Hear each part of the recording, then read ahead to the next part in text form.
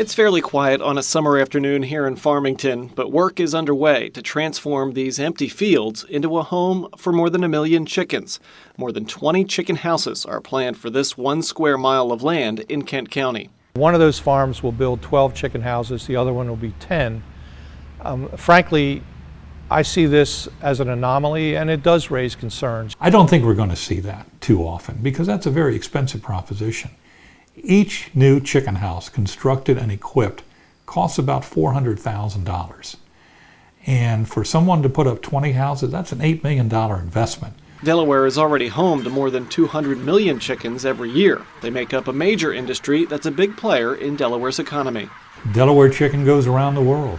Most of it is produced for domestic consumption to the Northeast, to the Mid-Atlantic states, and about 20% of the product is exported all over the world. This massive industry in Delaware got started by accident. We're at the Delaware Agricultural Museum in Dover, and I'm standing in front of Mrs. Cecilia Steele's original chicken house when in 1923 she ordered 50 chicks for her backyard flock, and the hatchery sent 500. And she kept them, she raised them up. She said, well, I'll try them and grow them and we'll see what happens. She made money. She repeated it the next year intentionally, made money. Her neighbors saw she made money. They started growing chickens. And Ocean View is the start of the commercial chicken industry in the United States. Since those humble beginnings, the chicken industry is now controlled by a handful of large integrators, as they're called, including Purdue, Tyson, and Mount Ayr. It started as a small mom and pop type business to where we are now, producing more than $3 billion worth of product every year on Delmarva. We grow for an integrated firm. We're a private family farm. My wife, Mary Lou, and my 2 children and myself, and we do have a part-time hired man that helps us here. Bill Brown spends his days working as the poultry extension agent for the University of Delaware, in addition to growing some 150,000 birds on his own farm.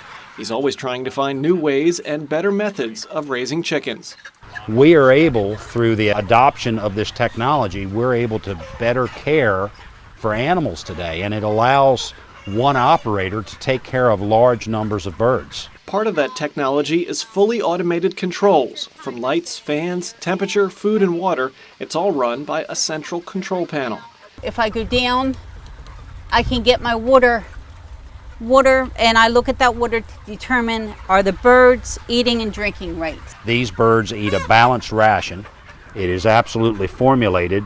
These birds eat better than probably 80 or 90% of the children on the globe. They're not crowded. They're never crowded. These birds are not really stacked in here. If we're not pushing them around, they're comfortable.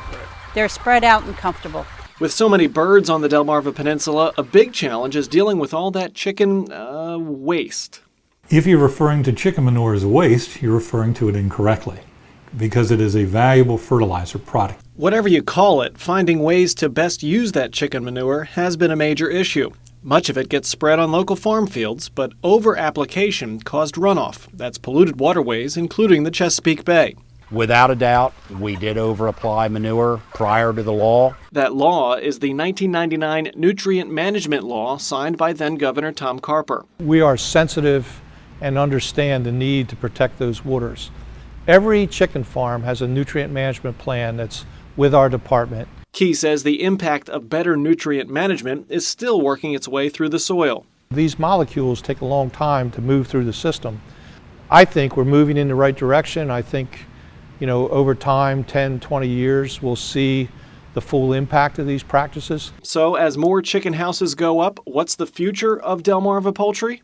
I think it's a good future. I think the industry at all levels is learning how to manage the nutrient issue. So we're seeing fewer growers, but bird production is pretty much steady.